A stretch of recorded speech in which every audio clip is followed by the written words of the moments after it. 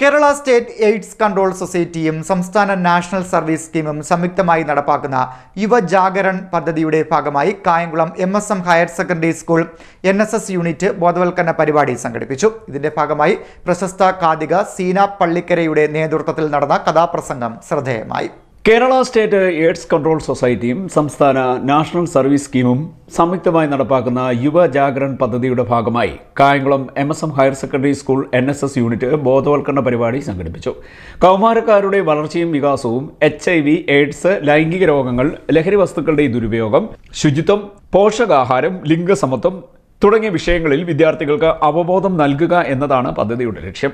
School principal T. Siddique ഉദ്ഘാടനം നിർവഹിച്ചു. Program officer Fathima A. സ്വാഗതം പറഞ്ഞു. പ്രശസ്ത കാഥിക സീന പള്ളിക്കരയുടെ നേതൃത്വത്തിൽ കഥാപ്രസംഗവും നടന്നു.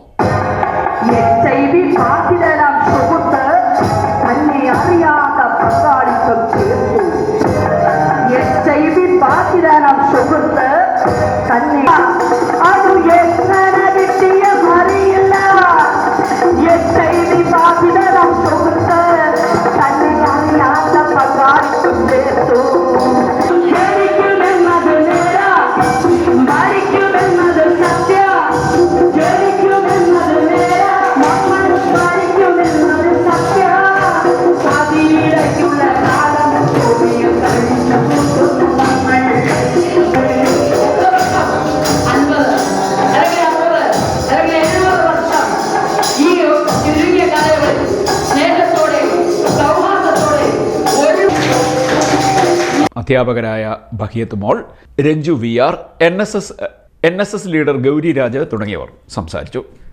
CD net news, Kayamkulam.